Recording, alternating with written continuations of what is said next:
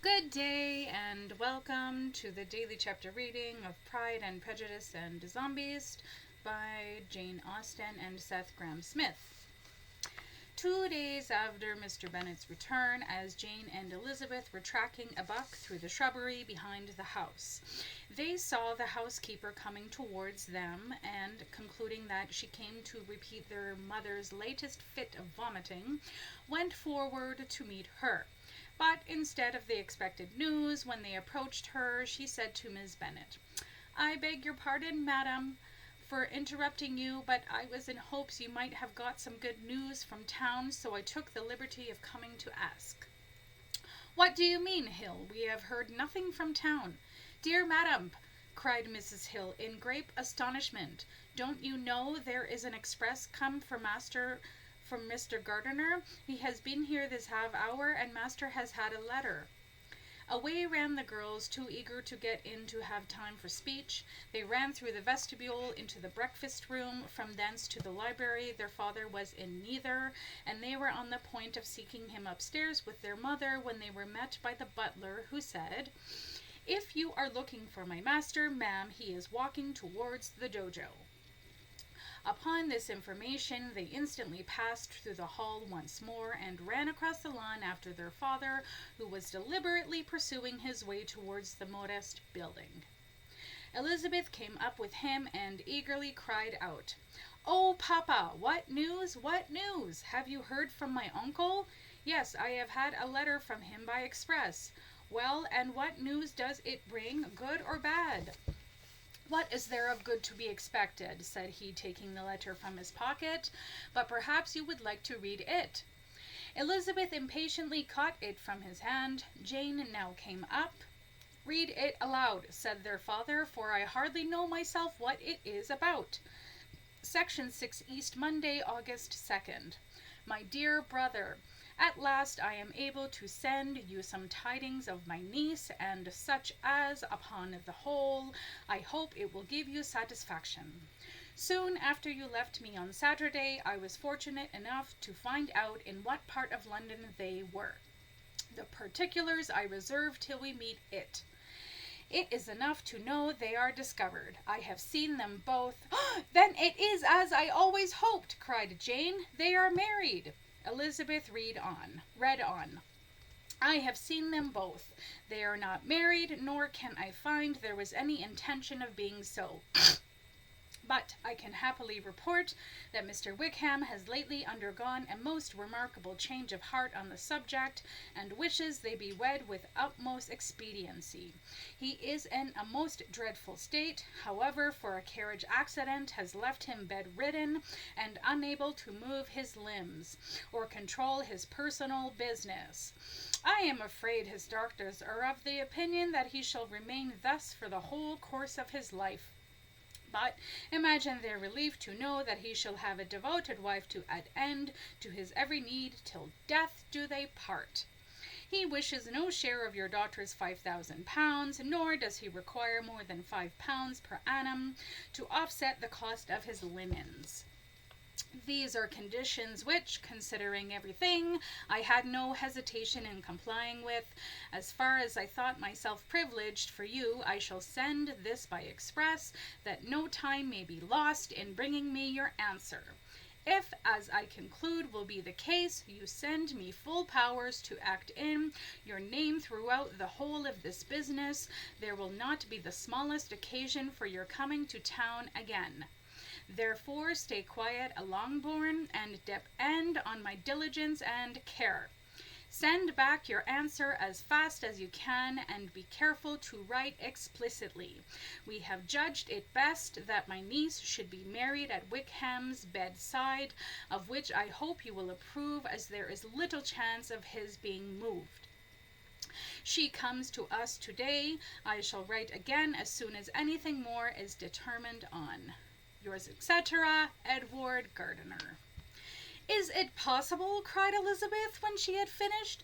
"Can it be possible that he will marry her? Wickham is not so undeserving, then, as we thought him. Oh, rendered lame by a carriage! Cruel fate!" said her sister. "My dear father, I congratulate you." "And have you answered the letter?" cried Elizabeth. "No, but it must be done soon." "Oh, my dear father," she cried, "come back and write immediately. Consider how important every moment is in such a case." "Let me write for you," said Jane, "if you dislike the trouble yourself." "I dislike it very much," he replied, "but it must be done." And so saying, he turned back with them and walked towards the house. "And may I ask," said Elizabeth, "but the terms, I suppose, must be complied with?" "Complied with? I am only ashamed of his asking so little." "Oh, wretched Lydia! To be a nurse for the rest of her days, and they must marry, yet he is a cripple." "Yes, yes, they must marry. There is nothing else to be done. But there are two things that I want very much to know. One is how much money your uncle has laid down to bring it about, and the other, how am I ever to pay him?" "Money! My uncle!" cried Jane. "What do you mean, sir?" "I mean that no man in his senses would marry Lydia on so slight a temptation as £5 a year during my life, and nothing after I am gone." "That is very true," said Elizabeth, "though it had not occurred to me before. His debts to be discharged, and something still to remain. Oh, it must be my uncle's doings. Generous good man, I am afraid he has distressed himself. A small sum could not do all this." "No," said her father, "Wickham's a fool if he takes her with a farthing less than £10,000, especially since he will now have little opportunity of earning and fortune of his own. I shall be sorry to think so ill of him in the very beginning of our relationship." £10,000! Heaven forbid! How is half such a sum to be repaid? Mr. Bennet made no answer, and each of them, deep in thought, continued silent till they reached the house. Their father then went on to the library to write, and the girls walked into the breakfast room. And they are really to be married?" cried Elizabeth as soon as they were by themselves. "How strange this is! And for this we are to be thankful. That they should marry, small as this their chance of happiness, and wretched as his broken body, we are forced to rejoice. Oh, Lydia!" "I comfort myself with thinking," replied Jane, "that he certainly would not marry Lydia if he had not a real regard for her. Though our kind uncle has done something towards clearing him, I cannot believe that £10,000 or anything like it has been advanced. He has children of his own, and may have more. How could he spare half £10,000? If he were ever able to learn what Wickham's debts have been," said Elizabeth, "and how much is settled on his side on our sister, we shall exactly know what Mr. Gardiner has done for them, because Wickham has not sixpence of his own. The kindness of my uncle and aunt can never be requited. Their affording has their personal protection and countenance is such a sacrifice to her advantage as years of gratitude cannot enough acknowledge. If such goodness does not make her miserable now, she will never deserve to be happy. What a meeting for her when she first sees my aunt! We must endeavour to forget all that has passed on neither side," said Jane. "I hope and trust they will yet be happy. His consenting to marry her is a proof, I will believe, that he is come to a right way of thinking. Their mutual affection will steady them, and I flatter myself they will settle so quietly he is in his bed, and she at his side, as may in time make their past imprudence forgotten." "Their conduct has been such," replied Elizabeth, "as neither you, nor I, nor anybody can ever forget. It is useless to talk of it, except to persuade our younger sisters that they must renounce their blood oath post haste." It now occurred to the girls that their mother was in all likelihood perfectly ignorant of what had happened. They went to the library, therefore, and asked their father whether he would not wish them to make it known to her. He was writing, and, without raising his head, coolly replied, "Just as you please." "May we take my uncle's letter to read to her?" "Take whatever you like, and get away." Elizabeth took the letter from his writing table, and they went upstairs together. Mary and Kitty were both with Mrs. Bennet. One communication would therefore do for all. After a slight preparation for good news, the letter was read aloud. Mrs. Bennet could hardly contain herself.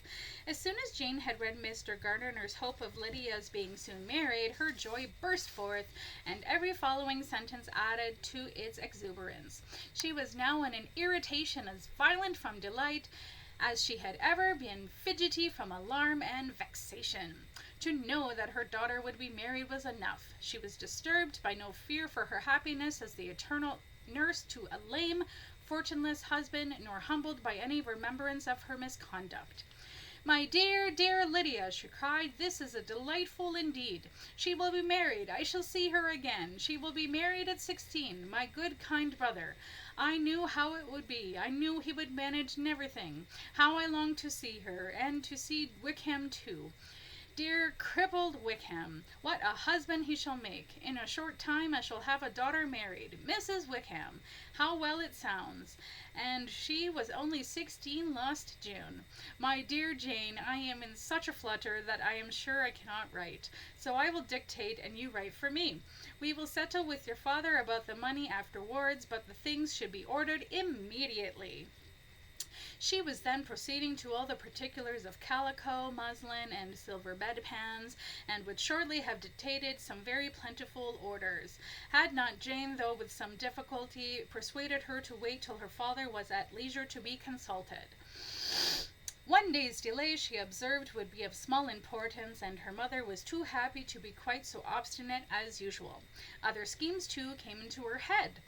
"I will go to Meryton," said she, "as soon as I am dressed, and tell the good news to my sister Phillips.